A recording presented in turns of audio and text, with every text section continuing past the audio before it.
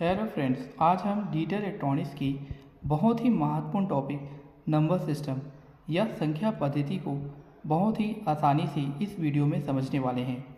इस वीडियो में हम जानेंगे नंबर सिस्टम क्या होता है, binary number system, decimal number system, octal number system और हेक्साडेसिमल नंबर सिस्टम के बारे में। अगर आप डिजिटल इलेक्ट्रॉनिक्स या कॉम्पिटिटिव एग्जाम की तैयारी कर रहे हैं तो यह वीडियो आपके लिए बहुत ही उपयोगी होने वाला है। वीडियो शुरू करने से पहले अगर आपने अभी तक चैनल को सब्सक्राइब नहीं किया है तो सब्सक्राइब करें ताकि और भी एजुकेशन वीडियो आपको मिलती रहे। आइए हम शुरुआत करते हैं। Number system. डिजिटल इलेक्ट्रॉनिक्स में नंबर सिस्टम का बहुत ही महत्वपूर्ण योगदान है, क्योंकि सभी डिजिटल डिवाइस जैसे computer, micro processor, micro controller और डिजिटल परिपथ डेटा को संख्याओं के रूप में प्रोसेस करते हैं। नंबर सिस्टम क्या है? नंबर सिस्टम वह विधि है जिसके माध्यम से हम संख्याओं को लिखते एवं प्रदर्शित करते हैं।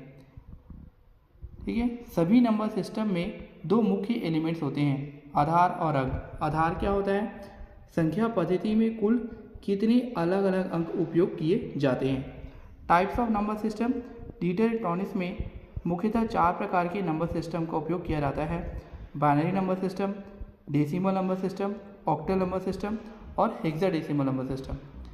ठीक है, आइए देखते हैं हम बाइनरी नंबर सिस्टम। इस संख्या पद्धति में केवल 2 अंक होते हैं, 0 और 1। इस पद्धति में अंकों की कुल संख्या कितनी होगी? 2, इसलिए इसका आधार क्या होगा? 2। बीट्स। प्रत्येक बाइनरी अंक को बीट कहते हैं। निबल। 4 बीट के समूह को एक निबल कहते हैं। ठीक है, जैसे 1101 एक निबल हो गया, 1011 एक निबल हो गया। बाइट। 8 बीट के समूह को एक बाइट कहते हैं। ठीक है, और बाइनरी नंबर को इस प्रकार से रिप्रेजेंट किया जाता है। Decimal number system. इस संख्या पद्धति में 0 से 9 अंक होते हैं। इस पद्धति में अंकों की कुल संख्या 10 होती है, इसलिए इसका आधार क्या हो जाएगा? 10 होगा। ठीक है, आइए हम 0 से लेकर 15 तक डेसिमल नंबर के इक्विवेलेंट बाइनरी नंबर कैसे ज्ञात करते हैं। 0 है तो उसका बाइनरी रिप्रेजेंटेशन क्या हो जाएगा? 0 0 0 0। ठीक है, इसको याद करने के लिए क्या है? 2 की पावर 0, 2 की पावर 1, 2 की पावर 2 और 2 की पावर 3। जैसे 1 है तो 2 की पावर 0 पे क्या हो जाएगा? 1, बाकी सब पे क्या हो जाएगा? 0। 2 है तो 2 की पावर 1 पे क्या होगा? 1, बाकी सब पे क्या हो जाएगा? 0।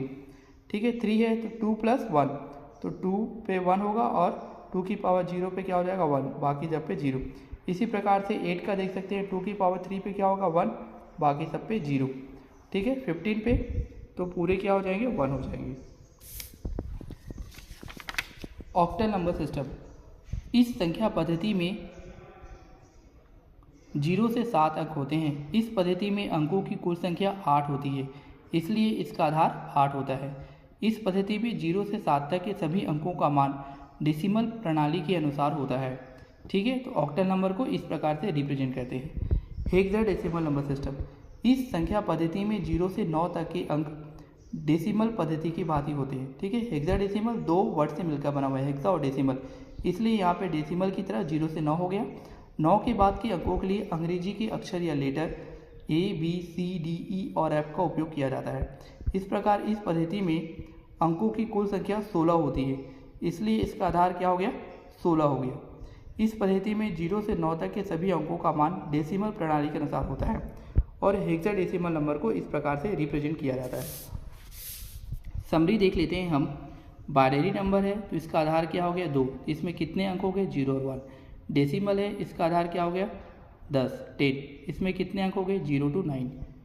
ऑक्टल है तो इसका बेस 8 हो गया और इसमें कितने अंक हो? 0 to 7। हेक्साडेसिमल है तो इसका बेस या आधार क्या हो गया? 16 हो गया। इसमें कितने अंक हो गए? 0 to 9 और 8 to F।